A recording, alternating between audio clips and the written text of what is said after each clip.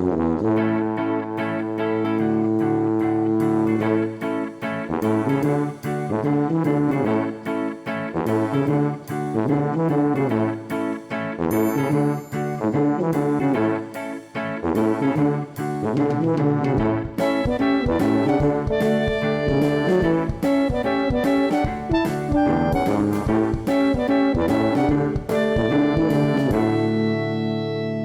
back to FirstCraft. I am Pro Kitman, and that was just a small snippet of what I have been up to. And one of the big projects I've been working on is really filling out my mine shaft. And this is probably one of my proudest projects I've been working on recently. And it's not all done, it's not all the same, but you can see I've already got some chest monsters all around here, but wow, it has been a while since I put out an episode. I'm sorry about that. You know, just life got in the way, got away from me, and well, now I'm back. And I've got a new plan on how I'm going to be focusing on content. I think I'm going to start to do a little more focus on episode content. So what does that mean, episode content? Well, I think I'm going to stop streaming quite as much. I'm going to try and focus more of my energy on making these episodes. That's what I really have always wanted to do for making content, and I really enjoy it. And I think I'm going to tackle it in a different manner than before. So hopefully I can get episodes out a little more quickly. Now, what have I been up to? Well, like I said, I've been really detailing some of the work on my mine shafts, and I'm really happy with it. And you can see I've got a little inset here. These are frog lights. I got a bunch of those from Dan. I'll show you that in a moment. But yeah, I'm really happy with how I have come up with the design here. Of course, you can come down through these little avenues here, little mine shafts, and this is where I mine for my diamonds and resources and whatnot. You come out here. There's another one very similar. This wall here is the very middle, and I don't have any mine shafts going through the middle. What I do have is this very nice little landing zone for the big pit. Now, I still need to decorate some of these entrances, but you can see I've got chest monsters galore. I desperately need to make a storage system, but that is not today's episode. Now, as I mentioned, in each of the hallways, I have these frog lights in the ceiling, and I actually got these from Dan, who I helped clear out a bastion for his frog light farm, and that was a lot of fun. Check it out. Hello? Hello. Sorry, my Minecraft crashed just as you were trying to talk to me. I wouldn't be surprised if it was the voice chat mod that caused it. I have my voice chat muted, and I said hello and everything, didn't realize it was muted, and then you just left. I was like, oh, he doesn't like me. Okay. Hello, well, goodbye. I mean, you were ignoring me. I thought, okay, I see how valuable I am. You look rather aggressive there. You know, just with the crossbow out. Would it be less aggressive if it wasn't a loaded crossbow? Yeah. Unload Okay. it. All right, is that better? It's not loaded. Yes. Ow! Hey, what was that for? My bow Set was me on loaded. Fire. Oh, okay. And you know the Oh, nether. crap. The nether. Oh, okay. It happened again. All right. Well, I've made a froglight farm, and I would like to remove the bastion around it, and you expressed some interest in assisting with that. Yes. And I can pay you in froglights and the blackstone stuff. Lovely. I brought a few shulker boxes along to collect some nether items because I rarely come in the nether. It's very scary. And it's sad because I realized that basalt would go really well with the deep slate that I'm doing for my mine area. Yes. So, you know, yeah. And I thought I might get some cool, chiseled blackstone as well, see how that fits in. So, oh, yes, yes. I could use a lot of blackstone, and any gilded blackstone would even be better. So. Oh yeah, you can take whatever gilded blackstone you find here for helping out. Sweet. And yeah, if we need it, I put a stack of shulker shells and a stack of logs in my ender chest. So yeah, we're set for storage. I'm also double fisting fire res potions. I see that. The main two things to watch out for. I have not cleared all the brutes, so there are some brutes. We're gonna have to kill them. I don't have a respawn anchor. But I do Okay. have something right outside my nether portal where we can set our spawn, so cheaper than a respawn anchor. Okay. And the main thing I'm worried about long term is ghasts. So the half the purpose of removing the bastion is ghast proofing. Okay. Mm-hmm. I don't know the mechanics of that, so I'm gonna trust you. Okay, that seems like it's a safe choice and can't go wrong. I see you had a lead salesman, but you didn't actually purchase the leads. Well, here's the thing. There was some gravel nearby, and I warned him, but he wandered right under it. Oh goodness. I mean, he's a wandering trader, but he Mhm. doesn't wander very well. He wandered right under some gravel, and it. Oh, creeper! Literally, It's where gonna did that kill my come bugs. from? Over here. None of this is spawn proof, so yeah, let's go through here. The big portal goes right into the bastion. Are we seeking safety in the nether? Yeah. Which is not safe, by the way. Here's the farm. It has been going absolutely wild. But it is possible for ghasts to spawn in here, and that's a problem. So Oh, like within we're the gonna work on that. bastion. I don't think that they can spawn on glass. They definitely can't spawn on slabs, though. So Right. yeah, we need to remove the bastion and make sure that nothing here is spawnable, and we're gonna make just a little home in here. So maybe we keep just this chamber here and slab the top of it. Is kind of what I was thinking, but the rest of it goes. Yeah. I'm gonna make some booties. No, I'm not making boots. I'm making a helmet. We're gonna make it spawn proof against piglins too. But yeah, the collection chest down here, I have not spent a ton of time in here since putting it together, and it's just going wild. Very nice. Okay. Oh, I see. You've got clear glass there to separate it out. Yeah. From stream, It's it kind of looked a like they trippy were effect, but I walking like it. around in where the things were. Yeah. Also, you have a frog that is quite the leaper. Yeah, last time the white one was up there, but he came down eventually, so will he. Okay.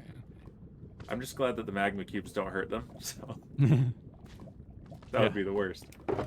But yeah, so I don't know, should probably start top down. There's the piglin right there, and I'm pretty sure that there's at least one brute that I've seen walking around up there that I haven't been able to kill from here. So yeah, this is going to be hazardous.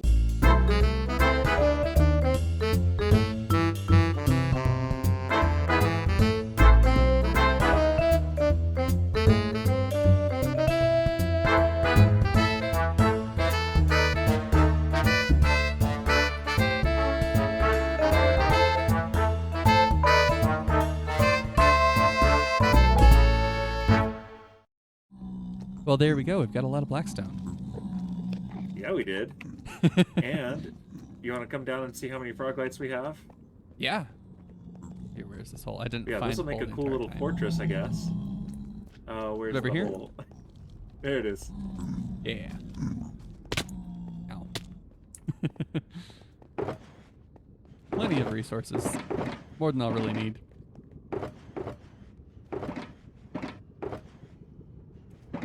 Alright, let's see here.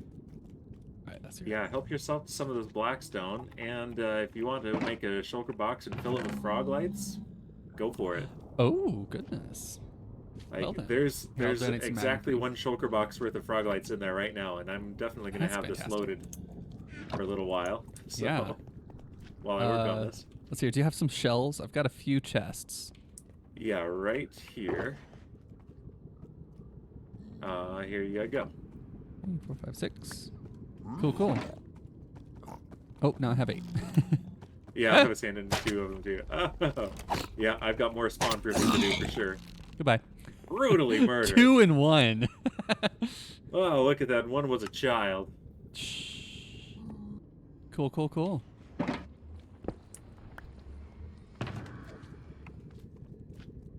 Put that next to all of my torches here.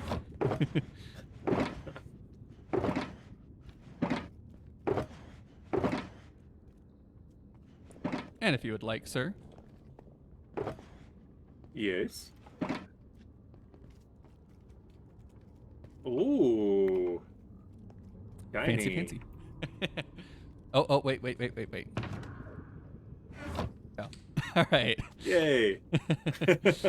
That's great. Very nice.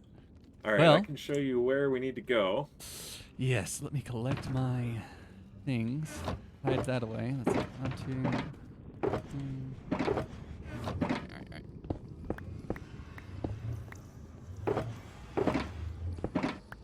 And here's spawn. Fantastic. Thanks again, sir. I've got to go. You have of course. a good rest of your day. And you as well, sir. High five. Woo! Bye. Always cool to help out another First Crafter on the server whenever they have a project going on. I am going to go back to my base. Let's see here. East Tunnel. There we are. We're going to head back here, and we're going to take apart some of our resources that we gathered. And here we are at the mine. Like I said, I want to use some of these resources for the mines. So I might use some of the blackstone. I'm not entirely sure about that. I definitely want to use some of the basalt as well. And that's just an empty shulker box there. So pretty good stuff. Also got a new diamond shovel, so I'm not mad about that. I also got some more lanterns. Always good to gather lanterns because they are just so annoying and expensive to craft up. But yeah, let's go ahead and get all of my tools out here so I don't lose them, so I don't forget where they are. And we've got all this here as well. So plenty and plenty of items for us to use. Of course, we do have this chest monster that just continues to grow. I desperately need to make a storage system. So maybe that'll be in the next episode or two. So a little more recently, I've been doing a lot of digging for a project that I know and love very dearly. And here's the result. Beautiful, isn't it? Well, this is all just taken out for now. But down below, this is the real project. I'm sure you're familiar with this. This is CubFan135's amazing kelp farm. Let's just go down. And you notice I've got all of the pistons extended right now. I have added in a toggle switch so that it can be turned off, and that's what it looks like. This is the switch. I've got these blocks of redstone that are all up on the redstone dust that is behind the observers, and that powers these pistons. Now, let's just go in here real quick. Maybe.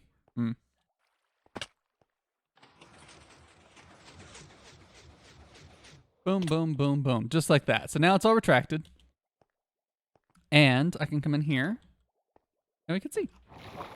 So yeah, we've got the bubble elevators right here that lift anything else up that might start to drop down.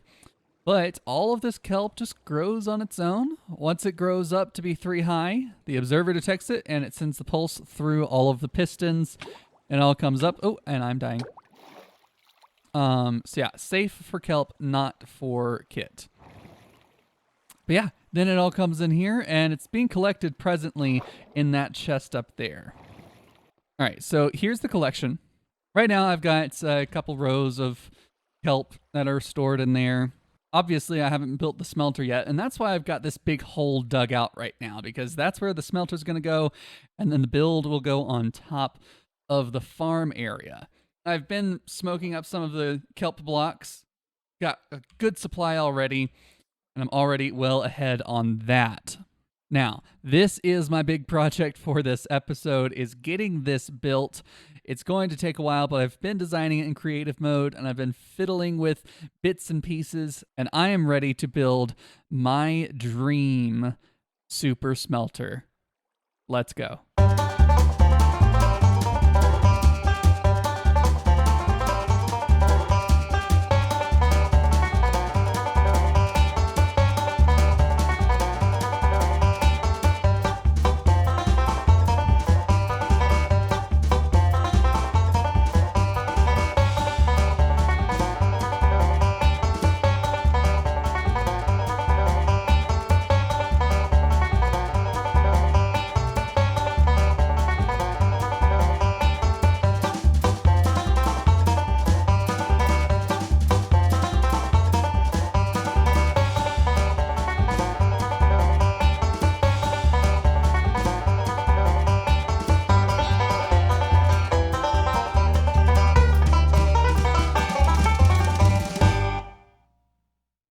Well, that was a fun time lapse, a fun build, no doubt. And I've done a little bit of tweaking since the end of that time lapse. So here we are in our little storage area, and this is where we left off in the time lapse. We had already gotten everything put in on the interior, but we hadn't quite finished some of the redstone. And there were a few other things that I still wanted to tweak around and that I've just fiddled with in some spare time here and there. So the first thing you might hear is I have a note block playing every few seconds or so. That is actually an indication that the minecart is running. This means that we have an active smelting operation going on. And as this is emptying, we've got 8 kelp left. That should come through. And then it redirects to collect again. Perfectly timed there for the video. I'm really happy how that worked out. But I have this note block here tuned so that that will work. And I played around with some other dropper systems down here, but I really think this is the best way. It's the most efficient, and it just sends it right out into the water streams that then deposit it in the hoppers up top. Also, if you know what that's from, comment in the comments below. But here we are in the inside, and you can see we still have some kelp smelting right now. Now, all of these should time out perfectly with once they're done smelting up their kelp, and it should go that way to that way with a fire coming out. Let's see. Got one more. Should see it start dropping. Ah, perfectly timed. And they're all at 34.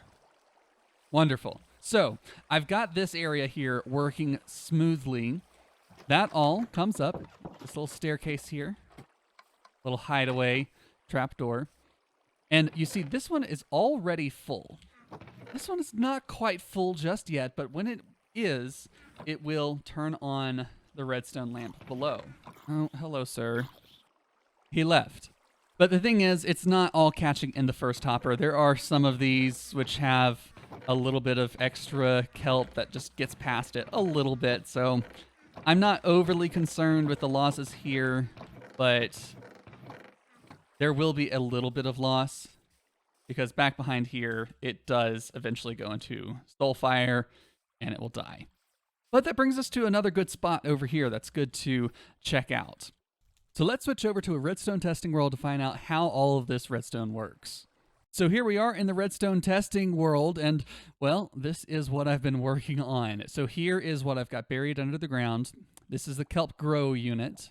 Of course, your classic design for that. But then here we have this little switch side. This switch is triggered by a single button push, which when triggered, it retracts all of the pistons and it turns the farm on.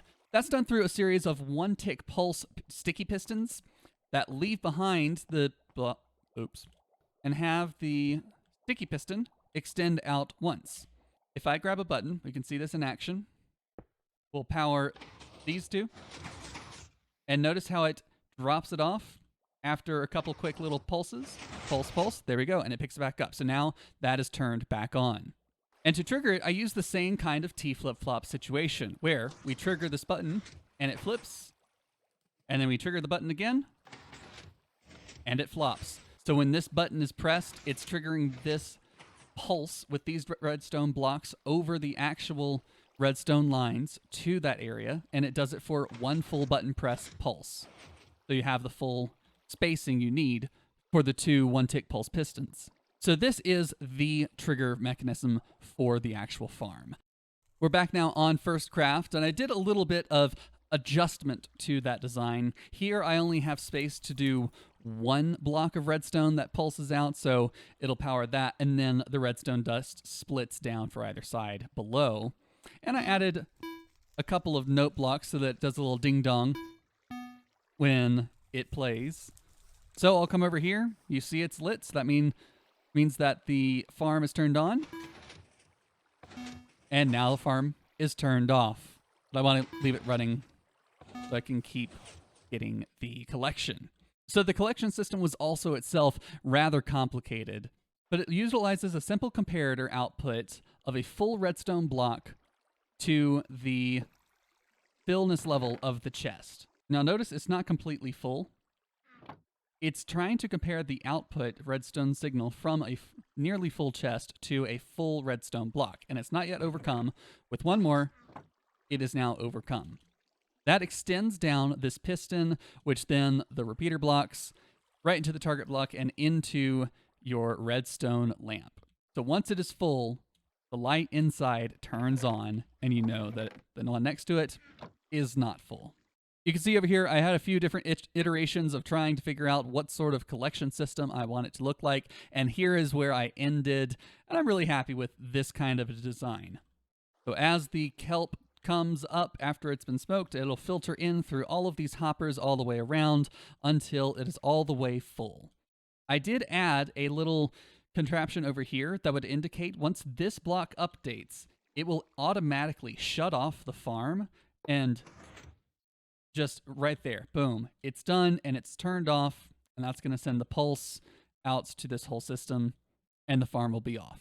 I'm happy with this. This is one of my favorite builds I have ever done, the most complicated, intricate redstone, and I'm so glad that I finally took the time to get it designed, get all the redstone worked out, and it is so compact. Now all I have to do is figure out the design to go on top of it. So you can see here over on FirstCraft, we've got it just barely sticking above the terrain. I've already done a little bit of terraforming in front, but I need to put a roof and build around this. Now some of this over here is actually going to be buried under the hill. I'm going to keep the basic of the terrain the same, aside from where it'll have to poke out a little bit, and then from that I'll put on a facade. And there's still just a little bit of tweaking I need to do down below. This barrel here, as well as the barrel on the side, I've noticed I don't really think it's going to work. What these are all the blast furnaces here, and I put in the dried kelp blocks into this, turn that on, and it distributes evenly across all 8 of these furnaces, and would be empty eventually. But I've got these return barrels on either corners, so it would be symmetrical. So 4 hoppers go to there, 4 hoppers go to there, but I need another hopper right behind this one here. I've got the same over here, but when I put the dried kelp, so I'm just gonna grab these out real quick, and I'll just do 1 stack. So that should mean 8 go into the 8 furnaces, right? But it's now done, and we can stop, check, it's empty. This one has 7, and a couple of them are a little off. That one has 8, that one has 8, there's 8 down there. A few of them make it into this barrel, and so it's because this one has been pulling some, or it's been pulling into this hopper underneath. So I need to take that out. Long and short, I can't have 2, I can only do 1 because of the corner action of the minecart over the internal corner of this hopper here. So I've already gone through and I've replaced all of the hoppers, how they're all going one direction, and I've also taken out the extra barrels. This is just going to make it a little bit easier. I'm not going to have any losses with the kelp blocks going into the furnace arrays around the sides here. So I've crafted up some dried kelp blocks, and I'm going to go ahead and put these in the smoker array over here, which is presently empty. So I'll go ahead and get that filled. And then over here, I've got some raw beef. Now, these will all filter into here, and that should be about done now. Yep, each one has 5, 5, 5, and that's empty. Wonderful. So now we just distribute from there, and everything turns on, and it's all starting to cook. Now, once all of that is converted over into steak, they should all start filtering into here. Wonderful, they are. And now I can eat. And that's how the smelter works. It just goes right through. It's really easy to fill up.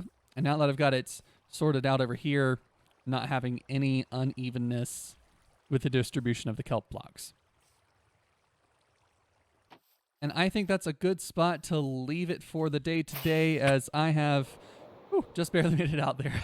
I have enough for a full episode, and I am so excited to finally get this back out. Like I said, expect a little bit more frequent content. I'm not going to be as active on Twitch, therefore, so you won't see me as much there, but go ahead and give me a follow there. If you've enjoyed watching this video, give me a follow here as well. It really helps out. And hey, let me know if you have any ideas for a project. because I can't think of one. So, like I said, thank you so much for watching, and I will see you in the next episode. Goodbye.